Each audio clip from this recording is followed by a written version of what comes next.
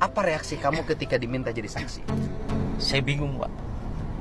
Saya bingung, saya bilang, apa ini nggak keberatan, kata saya. Kata dia, ya udah ngikutin aja, katanya. Ya saya dalam hati ya sebenarnya saya pengen, Pak, nggak mau jadi saksi, saya pengen keluar dari situ, cuman saya udah di dalam, saya bisa apa? Bapak melakukan ini tujuannya apa? Bapak dapat apa? Anak meninggal, Vina meninggal, tapi kenapa? Yang ditangkap mereka yang tidak bersalah. Kamu keluar, Temuin saya tunggu kamu. Assalamualaikum warahmatullahi taala wabarakatuh. Jumpa lagi dengan Arman Al-Fatih. Apa kabar teman-teman semua dimanapun anda berada, semoga sehat selalu. Dan terima kasih sudah mengklik video ini. Mohon dukungannya dengan cara like, subscribe, dan aktifkan lonceng notifikasinya agar tidak ketinggalan video lainnya. Baik teman-teman ya, masih seputaran kasus Vina nih teman-teman, yang makin banyak sekali bermunculan saksi-saksi yang bisa menemukan titik terang dari kasus Vina ini teman-teman. Kali ini ada salah satu saksi yang pada waktu itu bersaksi tentang 7 terpidana yang sekarang sudah divonis. Kali ini saksi ini membeberkan dan membongkar semua fakta-fakta pada saat persidangan di tahun 2016. Lantas seperti apa ungkapan dan pengakuan dari saksi tersebut? Kita simak videonya. Apa reaksi kamu ketika diminta jadi saksi? Saya bingung, Pak. Saya bingung, saya bilang, apa ini nggak keberatan, kata saya. Kata dia, ya udah ngikutin aja, katanya. Ya saya dalam hati ya sebenarnya saya pengen, Pak, nggak mau jadi saksi, saya pengen keluar dari situ, cuman saya udah di dalam, saya bisa apa? Maksudnya. Sudah di dalam kan ya. Kamu bukan terposisi terdakwa, bukan posisi tersangka. Cuman saya bingung, sebelumnya saya takut, ada rasa takut, ada rasa kan saya takut. Kan istilahnya nggak ngerti hukum, Pak. Oke, nggak ngerti hukum, kamu melakukan sesuatu yang kamu tidak tahu gimana? Nah ya itu makanya, Pak, saya makanya ungkapin di sini ya, karena saya mikirnya bahwa saya nggak pernah tahu peristiwa itu sama sekali. Belum masuk ke ruangan kan dibilang dulu, Pak, kamu bilang aja lagi nongkrong di warung, ada orang nongkrong segerombolan anak-anak, melempar batu, bawa bambu, nah terus sama pengajaran itu udah diomongin dari luar dulu, Pak. Siapa yang ngomongin itu? Ya yang ngomongin itu kan pertama Aib ngasih tahu, Pak. Oh, yang ngarahin bahwa kamu menyaksikan ada anak-anak melakukan pelemparan, kemudian pakai batu, bawa bambu. Nah, yang ngarahin pertama itu siapa? Aib sama Rudiana ngasih tahu saya, Pak. Dua-duanya mengasih tahu, mengarahkan kamu agar mengakui, melihat ada anak-anak yang lewat, ada dilemparin batu, pakai bambu, dan itu diarahin oleh Aib dan Rudiana. Ya. Kamu bohong nggak sama saya? Enggak, Pak, 100% saya benar. Berani nanti bersaksi di Baris Krim? Berani saya, Pak, bersaksi di Baris Krim. Kamu tahu nggak, dari kesaksian itu hari ini 7 orang pidananya sumur? Tahu, Pak. Sebenarnya juga dari kemarin pas viral ya saya pengen, Pak, keluar media berkata jujur, cuman saya berpikir panjang, Pak.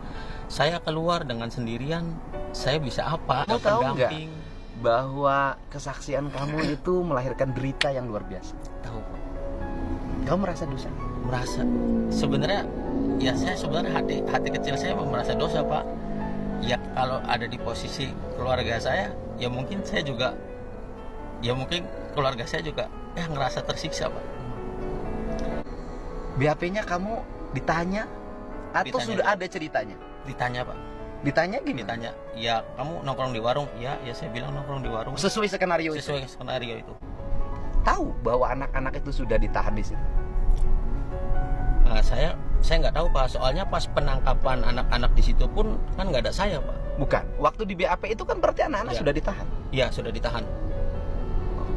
Jadi waktu di BAP itu anak-anak sudah ditahan? Sudah ditahan, Pak, anak-anak. Berapa lama kamu di BAP? Kurang lebih 1,5 jam ada. 1,5 jam di BAP. Dari jam berapa itu? Dari berangkat seingat saya jam 6:30 lah, Pak. Dari rumah 6:30 jam 7 lah. Selesai saya jam 9, setengah 9, jam 9. Kamu dikasih upah? Enggak, sama sekali kamu nggak dikasih upah.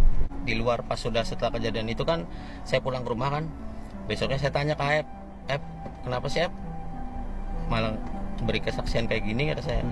kan bakal berat ke depannya, saya bilang kayak gitu. Kata dia udah biarin katanya.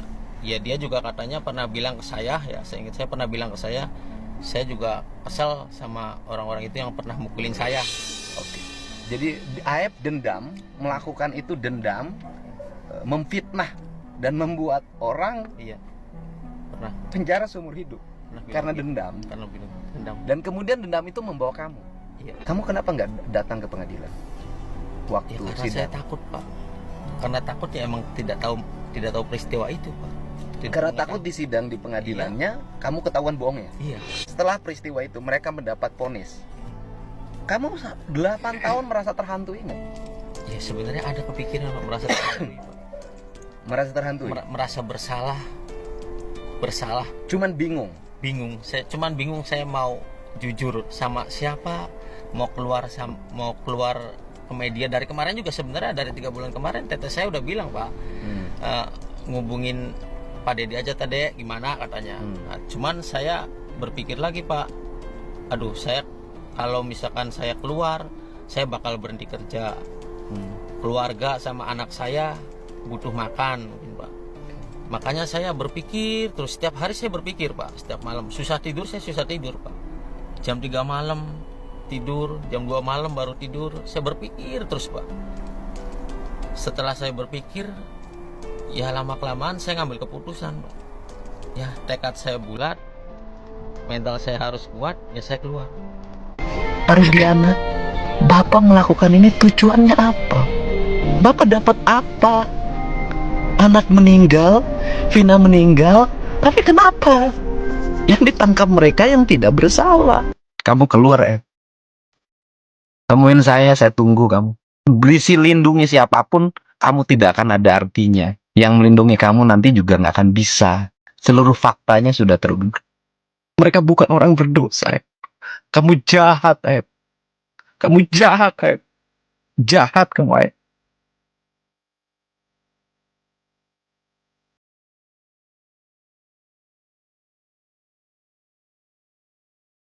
Itulah tadi tanggapan dan ungkapan dari saksi pada saat tahun 2016 yang mana membeberkan bahwa saksi tersebut tidak pernah ada di TKP namun adalah saksi palsu yang diarahkan oleh Ibtu Rudiana dan juga Aep.